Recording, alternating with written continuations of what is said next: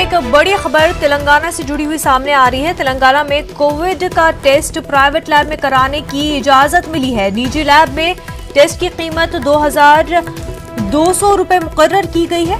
Test report हुकूमत को सौंपनी पड़ेगी। निजी अस्पताल में इलाजों आइसोलेशन के लिए 4,000 रुपए फीस तय किया गया है। वहीं वेंटिलेटर की जरूरत न हो तो 7,500 रुपए फीस होगी। वेंटिलेटर की जरूरत पड़े तो 9,000 रुपए देने पड़ेंगे। हैदराबाद के आसपास 30 हलकों में कोरोना के टेस्ट होंगे। अहम खबर आपको बता रहे हैं तेलंगाना से जुड़ी हुई। तेलंगाना में कोविड का टेस्ट प्राइवेट लैब में कराने की इजाजत मिल गई है। निजी लैब में टेस्ट की कीमत 2,200 रुपए मुकर्रर कर दी गई है। टेस्ट रिपोर्ट हुकूमत को सौंपनी पड़ेगी। निजी अस्पताल में इलाजों आइसोलेशन के लिए 4,000 रुपए फीस तय की गई है। वेंटिलेटर की जरूरत ना हो तो 7,500 रुपए फीस होगी। वहीं वेंटिलेटर की जरूरत पड़े तो 9,000 रुपए देने पड़ेंगे। आपको बता दें, हैदराबाद के आसपास 30 हलकों में कोरोना के टेस्ट होंगे।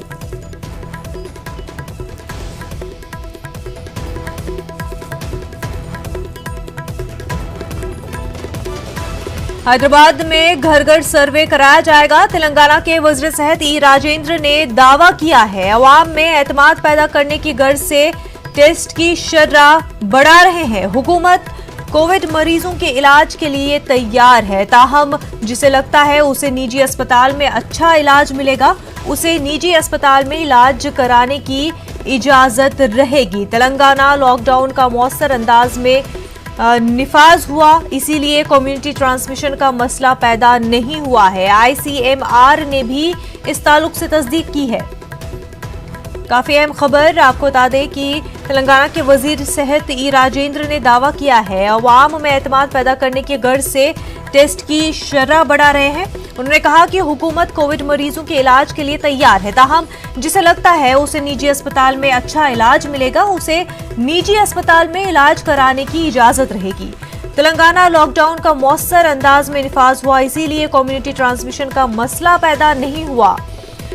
ICMR ने भी इस ताल्लुक से तस्दीक की है, ऐसा कहना है तेलंगाना के वज़ीर सेहत ई राजेंद्र का।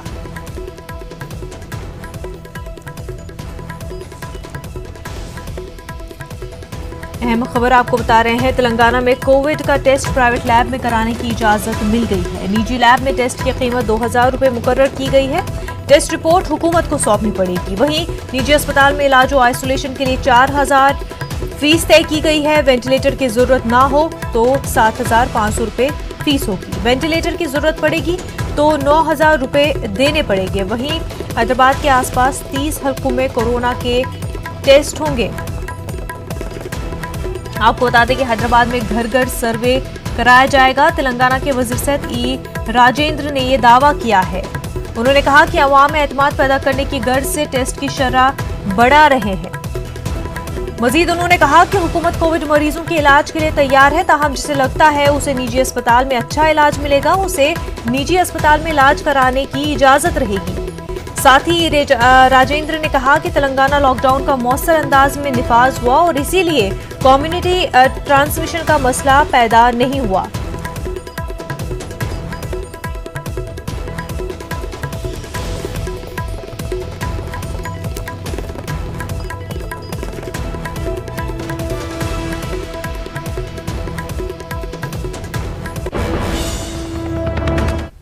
आगे बढ़ते हैं। आंध्र प्रदेश में कोरोना के 246 नए मामले सामने आए हैं। उन नए मामलों के सामने आने के बाद रियासत में कोरोना मुतासरीन की मजमूई तादाद 5,087 हो गई है। रियासत में अब तक 2,770 अफराद कोरोना को मात दे चुके हैं। आंध्र प्रदेश में पिछले 20 घंटों में 15,000 से ज्यादा टेस्ट किए गए हैं।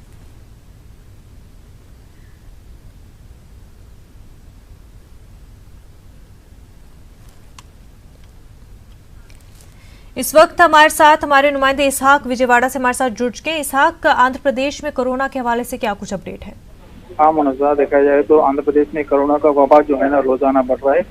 आज पूरे 246 केसेस आए, जहाँ के कल भी 200 के पे से लगातार 4 दिनों से पूरे 150 से 200 केस के अंदर लगातार आ रहे हैं। पूरे 15,000 सैंपल जो लिए गए हैं उसमें जो है ना 2040 पर 6 केसेस आए। रोजाना देखा जाए तो जो डिस्चार्ज लेवल है वो कम हो रहा था। पहले जो है ना डिस्चार्ज रोजाना 100 और 200 रहते, कल और आज जो है ना 40 या 50 में आ रहे हैं। देखा जाए तो पूरे 5,000 का पार हो गया केसेस जो है ना। जो डिस्चार्ज है वो भी 2,770 जो केसेस है वो है। अभी फिलहाल 2,230 पर एक जो है ना एक्टिव केस है। वही जो है ना डेथ के वगैरह है तो देखा जाए तो वो 80 पर 6 है। अब तक जो है ना 5,67,375 जो है ना अभी तक कोरोना टेस्ट किए गए हैं। और दूसरी तरफ जो है ना फॉरेन रिटर्नीज की वो भी केस जो है ना लगातार इजाफा हो रहा है। अभी वो 210 के आंकड़े दिखाई दे रहे हैं। और अदर स्टेट से जो दूसरी रियासतों से आए लोग हैं, जो श्रमिक है दूसरे लोग हैं, वो 1,000 के पार हो गए। अब आज जो है ना विजयवाड़ा के कई इलाकों में जहाँ बिजन रोड और जहाँ उयूर दूसरी जगह जहाँ है वहाँ पे पॉजिटिव केसेस पाए गए। ज्यादातर जो पॉजिटिव केसेस अभी जो आ रहे हैं वो है ना कोविड अस्पताल और दूसरे अस्पताल में काम करने वाले जो नर्सिंग स्टाफ है, जो डॉक्टर्स है और दूसरे जो लोग है वो ज्यादातर लोग है।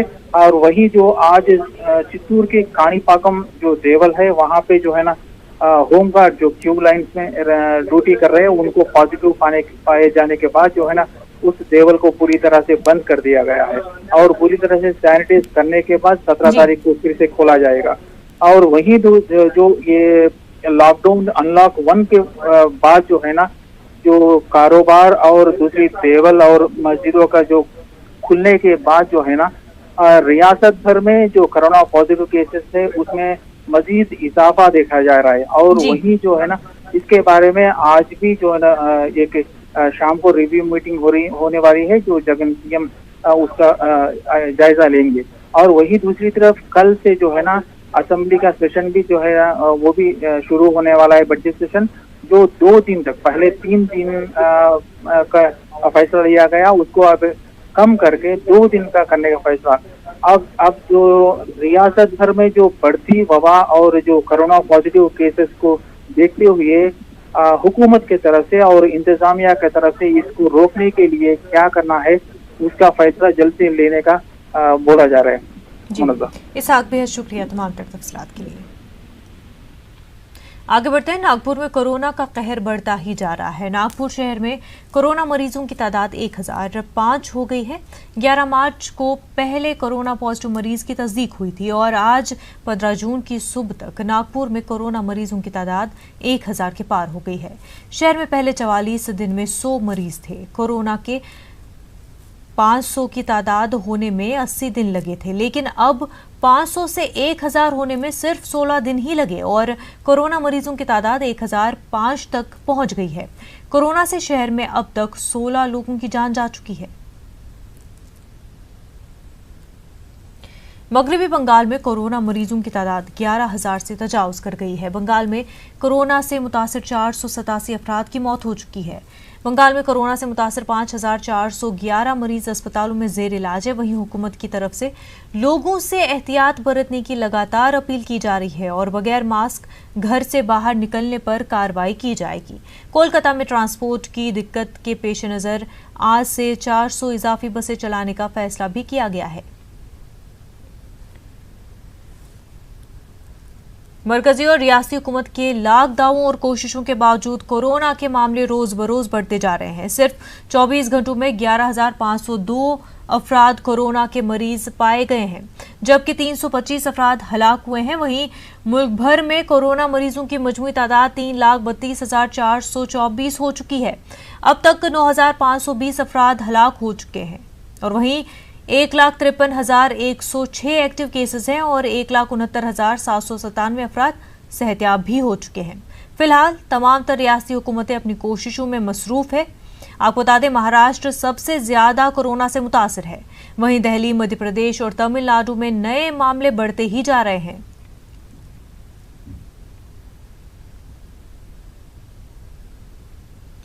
दिल्ली में कोरोना पर कुल जमाती मीटिंग का इनेकाद किया गया। ये मीटिंग अमित शाह की सदारत में हुई। मीटिंग में कांग्रेस ने सभी लोगों की टेस्टिंग का मुतालबा किया है। इस मीटिंग में वेंटिलेटर की तादाद बढ़ाने के मामले पर भी बात हुई। बहुत अच्छे माहौल में हुई है। माननीय गृह मंत्री जी ने जिस तरह से कल दिल्ली के बिगड़ते हालात पर चर्चा करने के लिए सबको साथ लेकर, सभी एजेंसियों को साथ लेकर जो कल बैठक की थी, कारपोरेशन, दिल्ली गवर्नमेंट, दिल्ली के मुख्यमंत्री साहब, और आज जो सर्वदलीय बैठक बुलाई, इन सभी का उद्देश्य है कि इस कोरोना महामारी से हम सबको मिलकर लड़ना है। माननीय गृह मंत्री साहब ने जो निर्णय लिए हैं, चाहे वो टेस्टिंग को बढ़ाने का हो, उन्होंने कहा 20 जून तक दिल्ली सरकार 18,000 टेस्टिंग पर डे करने लगेंगे, और जो कंटेनमेंट जोन है वहां पर घर घर जाकर ट्रेसिंग होगी, घर घर जाकर उनकी मैपिंग होगी। इसके साथ ही साथ जो उन्होंने कल निर्णय लिया, 500 रेलवे कोचेस को 8,000 बेड्स के रूप में परिवर्तित कर उनको दिल्ली वालों को मुहैया कराने के लिए, ये बहुत अच्छा कदम है। इसके साथ ही साथ 500 रेलवे कोचेस 15 दिन के बाद और उपलब्ध हो जाएंगे, जिससे दिल्ली में 37,000 बेड दिल्ली सरकार, केंद्र सरकार, रेलवे के कोचेस मिलाकर होंगे। ग्राउंड लेवल पर इसकी मॉनिटरिंग सही हो, एग्जीक्यूशन सही हो, इसके लिए सेंट्रल गवर्नमेंट ने एक टीम बनाई है जो ऑब्जर्व करेगी ग्राउंड में जो जो चीजों की कमी है, उन सब चीजों की कमियों को पूर्ति हो और उसको सही जगह, यानी हॉस्पिटल में अगर कोई कमी है तो कमी का सुधारा जाए। दिल्ली में बढ़ते कोरोना के मामले के मद्देनजर आनंद विहार टर्मिनल को कोविड सेंटर में तब्दील कर दिया गया है। कल से आनंद विहार रेलवे स्टेशन से कोई भी ट्रेन नहीं चलेगी। अभी तक 5 मुख्तलिफ जहतों की ट्रेनें चल रही थी। कल से आनंद विहार से चलने वाली ट्रेनें पुरानी दिल्ली रेलवे स्टेशन से चलेंगी। दिल्ली में कोरोना का बढ़ते कहर के चलते आनंद विहार टर्मिनल को आम लोगों के लिए बंद कर दिया जाएगा। यहां से ट्रेनों का संचालन कल से नहीं होगा। आज सिर्फ जो यहां से गाड़ी जाने वाली है और जो गाड़ियां रास्ते में हैं वो वापस यहां आएंगी, उनके संचालन की इजाजत है। 5 जोड़िए यहां से कोरोना काल के दौरान सरकार ने चलाने की इजाजत दी थी, जिसमें से यहां से रक्सौल के लिए ट्रेन जाती थी, गाजीपुर के लिए जाती थी, मुजफ्फरपुर के लिए जाती थी। अब ये सब ट्रेनें पुरानी दिल्ली रेलवे स्टेशन से चलेंगी। आनंद विहार टर्मिनल को कोरोना केयर सेंटर के रूप में डेवलप कर रहा है रेलवे, और यहाँ पर जो कोचेस खड़े होंगे वो आइसोलेशन वार्ड के रूप में तब्दील किए गए हैं, क्योंकि जैसे लोगों की या ये कहा जाए कि कोरोना पीड़ितों की संख्या बढ़ती जा रही है, अस्पतालों में बेड कम पड़ रहे हैं, तो वो जो लोग होंगे उनको यहाँ का जो आइसोलेशन वार्ड रेलवे ने बनाए हैं या कंपार्टमेंट जो थे उनको आइसोलेशन वार्ड में तब्दील किया गया है, उसमें रखा जाएगा। तो ये एहतियाती कदम है जिसमें यात्रियों को, आम लोगों को ट्रेन के अंदर आइसोलेशन वार्ड बनाया गया है, उसमें भर्ती कराया जाएगा। संचालन बंद हो जाएगा। आज संचालन का अंतिम दिन है। कल से ट्रेनों का संचालन पुरानी दिल्ली से होगा। कैमरामैन प्रहलाद के साथ दिल्ली से अशरफ काज़मी, न्यूज़ 18।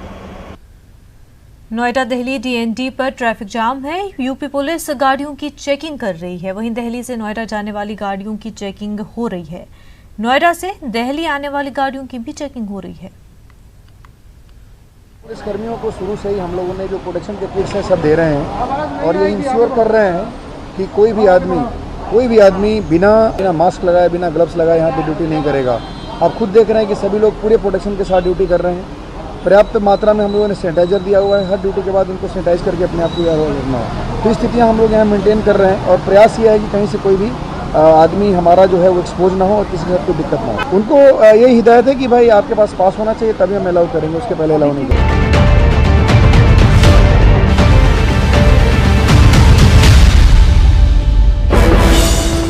इस वक्त एक बड़ी खबर सामने आ रही है। दिल्ली अक़लियती कमीशन के सदर जफरुल इस्लाम को तलब किया गया है। दिल्ली पुलिस की स्पेशल सेल ने नोटिस भेजकर पूछताछ के लिए बुलाया है। जफरुल इस्लाम को स्पेशल सेल के ओहदेदारों ने नोटिस दिया है। 2 दिन के अंदर पूछताछ का सामना करना पड़ सकता है। जफरुल इस्लाम ने कहा वो नोटिस का जवाब देंगे। काफी अहम खबर है, आपको बता दें दिल्ली अक़लियती कमीशन के सदर जफरुल इस्लाम को तलब किया गया है। दिल्ली पुलिस की स्पेशल सेल ने नोटिस भेजकर पूछताछ के लिए बुलाया है। जफरुल इस्लाम को स्पेशल सेल के ओहदेदार ने नोटिस दिया है। 2 दिन के अंदर पूछताछ का सामना करना पड़ सकता है। वहीं जफरुल इस्लाम ने कहा है वो नोटिस का जवाब देंगे।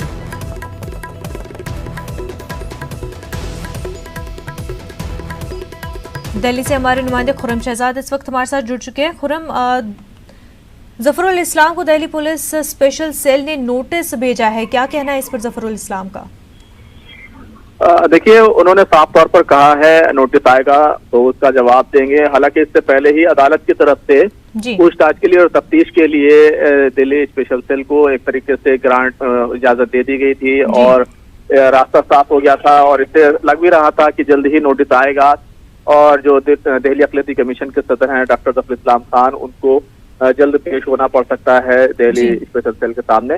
तो उस किस्म का नोटिस अब आ गया है और 1-2 दिन के अंदर डॉक्टर खान से जो तफ्तीश है, पूछताछ है, वो होगी। और आपको मालूम ही है कि जिस तरीके से डॉक्टर खान ने इस्लामोफोबिया को लेकर के सोशल मीडिया पर, ट्विटर पर ट्वीट किया था और ये कहा था कि अगर जिस किस्म के हालात हिंदुस्तानी मुसलमानों को दरपेश हैं, अगर अरब ममालिक के सामने वो आ जाए तो हिंदुस्तान की बहुत ज्यादा बदनामी होगी। तो इस पूरे मसले को लेकर के दिल्ली स्पेशल सेल ने बाकायदा तौर पर सेडिशन यानी राजद्रोह का एक चार्ज लगाते हुए केस दर्ज किया था, जिसको डॉक्टर खान की तरफ से एक तरह से उसको चैलेंज भी किया गया और उस पर सवाल भी उठाया गया। हालांकि डॉक्टर खान ने बाद में इस पूरे मामले को लेकर के माफी मांग ली थी और ये कहा था कि वो इस किस्म का ट्वीट जिस वक्त उन्होंने किया ये वक्त मुनासिब नहीं था, लेकिन इस पूरे मसले में वो उस ट्वीट से पीछे नहीं हटे थे। तो ये पूरा मामला अभी जेर तफ्तीश है और दिल्ली स्पेशल सेल क्योंकि इस मामले में जांच कर रही है, मामला अदालत के सामने है और अदालत से पहले ही स्पेशल सेल को तफ्तीश करने की, तहकीक करने की इजाजत मिल चुकी है और इसी के नतीजे में ये पूरा नोटिस आया है। मुनज़्ज़ा खुरम, दिल्ली अक़लियती कमीशन के दीगर ओहदेदारों का इस पूरे मामले पर किस तरह का बयान, किस तरह का रिएक्शन देखने को मिल रहा है? देखिए, दिल्ली अक़लियती कमीशन एक कहना चाहिए कि आज़ाद इदारा है दिल्ली हुकूमत के तहत और कई तरह के प्रोटेक्शंस हैं जो आईनी तौर पर डॉक्टर खान को, चेयरमैन को हासिल हैं। तो उन्हें सीधे तौर पर गिरफ्तार तो नहीं किया जा सकता और लेकिन उनसे जो सीधे तौर पर है जो तफ्तीश है वो जरूर की जा सकती है और इसी कानूनी मसले के तहत एक तरीके से उनसे पूछताछ हो रही है। अभी डॉक्टर खान ही खुद क्योंकि चेयरमैन है दिल्ली अक़लियती कमीशन के, इसीलिए वो इस पूरे मामले को लेकर जवाबदेह हैं और उन्हीं की तरफ से, उन्हीं की जानिब से ट्वीट आया था और इसी सिलसिले में अब ये जांच हो रही है। बहरहाल ये देखना होगा कि इस तरह जो तफ्तीश होगी उसके बाद दिल्ली स्पेशल सेल वो किस तरह का कदम उठाती है। लेकिन जाहिरी तौर पर जिस तरह के आईनी तहफ़्फ़ुज़ात हासिल हैं डॉक्टर खान को, उसके तहत उनको गिरफ्तार करना जो है वो फिलहाल तौर पर मुमकिन नहीं है या फिर इस सिलसिले में दिल्ली हुकूमत से सीधे तौर पर दिल्ली पुलिस को इजाजत लेनी होगी। जिस तरह से कन्हैया कुमार के मामले में आपने पहले भी देखा होगा कि उन पर भी सेडिशन यानी राजद्रोह का मुल्क से बगावत का जो मुकदमा है, हुकूमत से बगावत का जो मुकदमा है उस पर लगाया गया था। फिर उस पर काफी अरसे बाद जो दिल्ली हुकूमत की तरफ से इजाजत मिली थी और फिर ये मुकदमा कायम हुआ था। ये इसी तरह का ये मामला भी है। बिल्कुल खुरम, बेहद शुक्रिया तमाम तफसीलात के लिए। नाजरीन, दिल्ली से एक और बड़ी खबर इस वक्त सामने आ रही है। आपको बता दें कि सबसे पहले आपको बता दें कि जिस तरह से आपको बता रहे थे दिल्ली अक़लियती कमीशन के सदर जफरुल इस्लाम को तलब किया गया है। दिल्ली पुलिस की स्पेशल सेल ने नोटिस भेजकर पूछताछ के लिए बुलाया है। वहीं एक और बड़ी खबर इस वक्त सामने आ रही है। दिल्ली में लॉकडाउन पर सीएम केजरीवाल का ट्वीट सामने आया है। दिल्ली में दोबारा लॉकडाउन का मंसूबा नहीं है, केजरीवाल ने ट्वीट किया है। कुछ लोग दोबारा लॉकडाउन का अंदाजा लगा रहे हैं। काफी अहम खबर आपको बता रहे हैं, दिल्ली में जिस तरह से केसेस बढ़ते ही जा रहे हैं। अब इस बीच दिल्ली में लॉकडाउन पर सीएम केजरीवाल का ट्वीट आया है। उन्होंने लिखा है, दिल्ली में दोबारा लॉकडाउन का मंसूबा नहीं है। कुछ लोग दोबारा लॉकडाउन का अंदाजा लगा रहे हैं, लेकिन दिल्ली में दोबारा लॉकडाउन का मंसूबा नहीं है।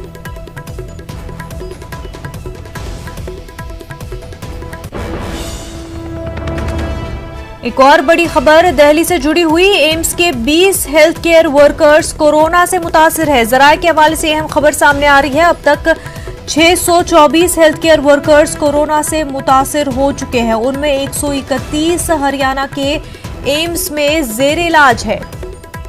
दिल्ली से जुड़ी हुई आपको अहम खबर बता रहे हैं, एम्स के 20 हेल्थ केयर वर्कर्स कोरोना से मुतासिर है।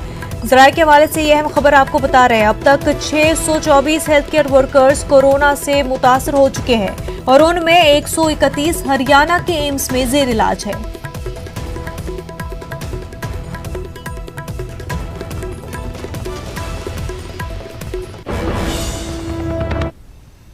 बॉलीवुड अदाकार सुशांत सिंह राजपूत की आज मुंबई में आखिरी रस्मात अदा की जाएंगी। बॉलीवुड अदाकार सुशांत सिंह राजपूत ने कल खुदकुशी कर ली थी। सुशांत सिंह राजपूत की पोस्टमार्टम रिपोर्ट आ गई है, जिसमें उनकी जान जाने की वजह दम घुटना बताई गई है। उनकी बिस्तरा रिपोर्ट 2 दिनों में आने की बात कही गई है। जराये के मुताबिक सुशांत सिंह डिप्रेशन का शिकार थे और पिछले 5 महीनों से उसका इलाज भी करा रहे थे।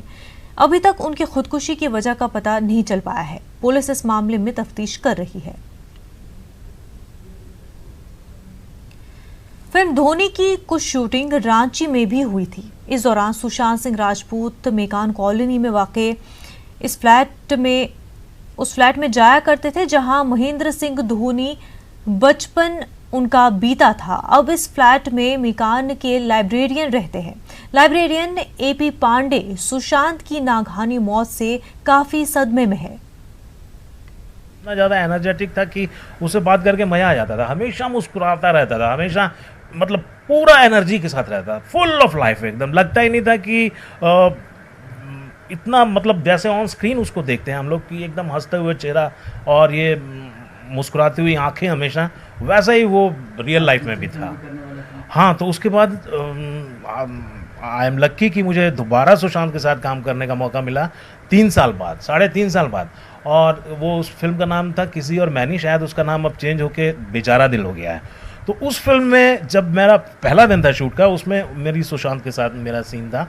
तो मैंने उनको याद दिलाने की कोशिश की कि भाई MSD में मैं डॉक्टर बना था। ओह यस तुम, ओह सॉरी आप, हाँ अरे मेरे को याद है, आपने तो मेरे को गलत आदमी के हाथ में दे देना था तो मैं तो धोनी नहीं बन पाता।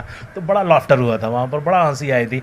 आज सोचकर ऐसा लगता है कि मतलब वो लगता ही नहीं है कि वो आज हमारे बीच में नहीं है और ऐसा स्टेप वो ले लेंगे, मतलब आई एम स्टिल शॉक्ड। बहुत डाउन टू अर्थ इंसान थे और काफ़ी अच्छे थे और मुझे ये दिल से बहुत दुख है कि मैं उस मूवी का हिस्सा नहीं बन पाई और मुझे नहीं पता था कि आज मतलब उनके साथ ऐसा कुछ होगा।